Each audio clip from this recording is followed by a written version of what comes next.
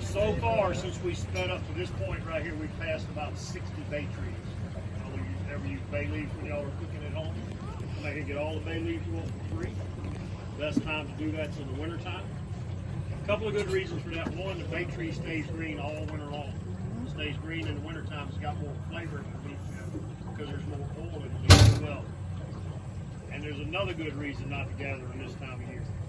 Wasps love bay trees. And they'll build some pretty good sized nests in those trees. And they're all over out here right now. I see one of those, I'll point it out to you. Try to kind of keep them cleared out where the boats go. You never know, every now and then we miss one and we wind up showing it to somebody. Hopefully we don't find it by accident, because I don't want anybody in the boat to get stung. There are some out here. Some of the nests we're seeing right now out here are about this big. 400 or 500 wasps on a nest. Depending on where all we wind up going. Yeah. How big are the wasps? Red wasp. There's it. Speaking of, you want to look at one a little closer? I'll show y'all one. Hang on. It's pretty high up in the tree, so it shouldn't bother us. There's a little tree right over here. I just saw it. There's a nest hanging in that tree right there. I know there was some over here, but we got rid of them last week, so they're not any longer there. Let me get over there a little closer. I'll be able to show y'all one. This one looks like there's probably 200 or 300 wasps on it here. It's looking like it's about this big. If anybody wants to play with it.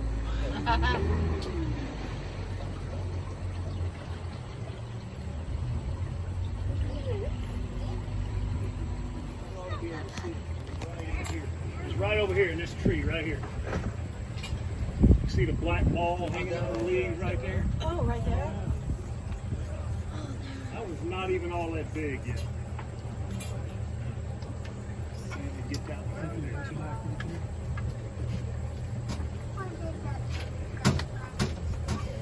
So the big tall green grass, you see it all the way across the river on the right and right here on the left too, that's called cut grass. And the reason for that, if you rub it from the top down, it feels like sandpaper. Rub it from the bottom up, it feels nice and smooth. You don't feel the roughness at all. 3 times a year, and this is our summertime coming up on us right now. We have a crop of wild rice grows out here. Everywhere you find a grass, you can come here and gather that. You'll see people every now and then, like your grandmother and grandfather, out with grandkids, showing them how to get stuff out of the swamp to survive with, and the rice is one of them. Bay leaf, the water in the river, any kind of meat they can gather out here they'll use. And there's a lot of other things too. Like I said, we'll go around, we'll talk about a lot of those things as we go.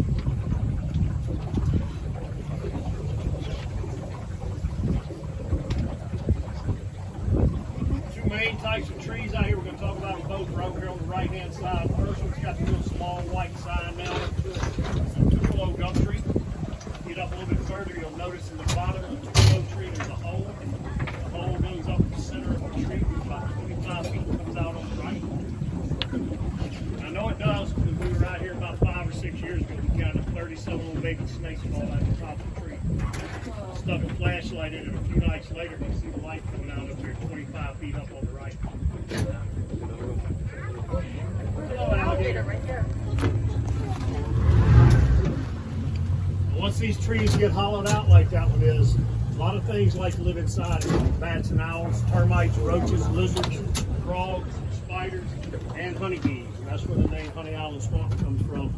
People used to come out and find those old trees and steal the honey out of the ones with bees and sell it. That's how they made a living. Hey, alligator. What you doing? These are made with crushed up hog bones, a little fish meal, a little oil, a little animal blood for flavor. Want to try one? Protein pellet. It's good. It's not bad for you. Doesn't taste real good. That's okay, I'll pass on that. I would too if I was you. I've tried one. They're not very good. Yeah, on accident. Hey, alligator! Look! Give him a little something to chase around there.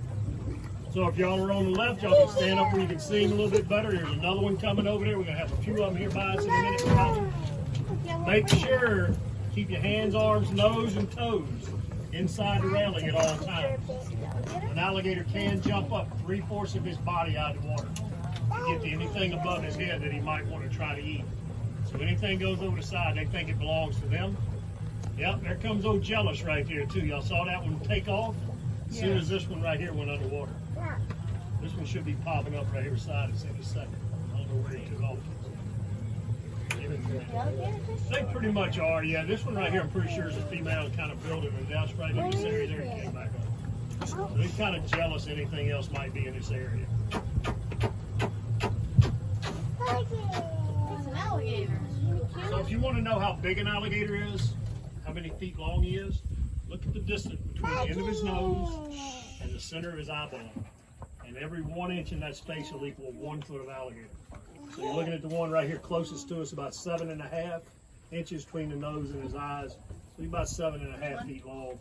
In that neighborhood of about 18 to 20 years Another old. one coming. There's another one right there. A little guy. They'll live about 65 years or so out here. Wow, man, watch your hand over that railing. Thank you. They will jump up there and try to get it. Come here, alligator.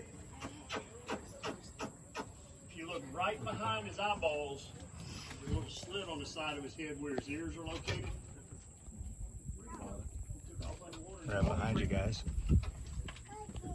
So he can close his ear down fairly tight, no water can get in, or he can open it up nice and wide so he can hear what I'm telling him.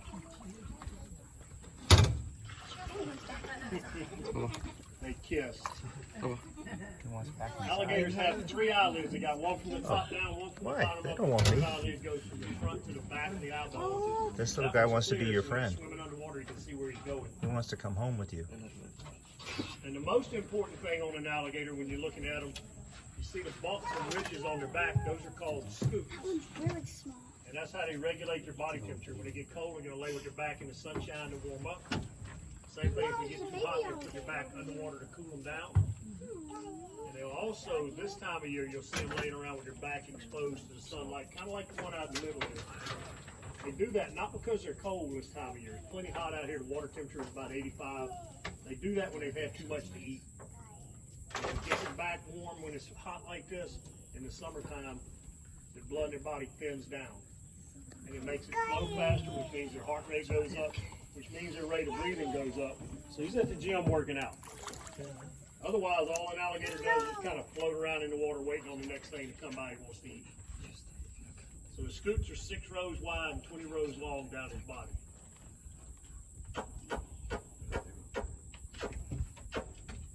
Come on back. There you go. Come on. Tail makes up about half their entire body length. That's the second strongest muscle in their body. Underwater, they use their tail to swim about 8 to 10 miles an hour. On top of the water, about 18 miles an hour. And on dry land, they use their forelegs and their body weight, or their tail, I should say, to carry them along at about 35 miles an hour on dry land. They can also jump straight up in the air anytime they want. When they're in the water like that, they get vertical in the water column. They can leap 3/4 of their body straight up in the air. So an 8-foot alligator can jump just above 6 feet high.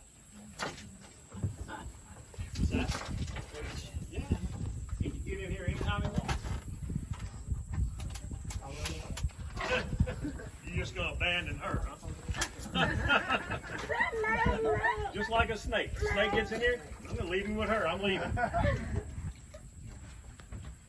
no one you were talking to me a while ago about leaving him out here. That's what she's talking about now. She used that to hold him snake excuse me. That's not what she was doing. Yeah. Like I said, that's that same one. I think it's a little bit jealous. It's probably trying to build a nest around here somewhere. So this is the time they should be building nests. If they hadn't already built the nest and got eggs in it, they should be building right now. And any day now, they should be laying eggs. There you go. Right on the very tip end of their nose, if you look really, really hard, you'll notice that some of them it's easier to see than others. Right on the tip of their nose, there's a little dark brown spot. One of the biggest changes an alligator goes through during his lifetime. When they're born, they've got 81 teeth. Coming out of his eggshell, he's got 81 teeth, and his 81st tooth is right on the very tip end of his nose. That's an egg tooth, helps him get out of the eggshell. Once he's out, that tooth's got no use ever again, so it falls off, it's never regrown. The rest of his 80 teeth can all be regrown, regenerated thousands of times each during his life. Oh, he's gonna have 80.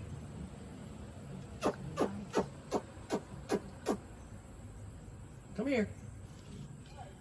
How many eggs do they typically lay? Somewhere between 20 and 80. First year or so, might only be as few as 20, but after that it could be as many as 80. How many usually hatch? Let's put it like this: only 1% of all the eggs laid live to be 4 foot or better. So it could be a bunch of them hatch, but they're not going to make it very big. You're talking about something when they're born, they're about this big, and everything out here eats baby alligators. Big bass, big catfish, big snakes, other alligators, birds of prey, eagles, ospreys, hawks. The eagles show up usually somewhere around the end of September, first part of October. Just when little baby alligators are hatching. Same time of year. And they show up here for a reason. It's an easy free meal for a big eagle. There's a turtle on the log right in front of us. So y'all might have had these turtles for pets before, the yellow-eared and red-eared sliders. That's what that is. That's a yellow-eared slider hanging out. Hope you got in the water when He we're got talking jumped about it. in. You got scared. We might see some more as we go around. There's plenty of them out here to see.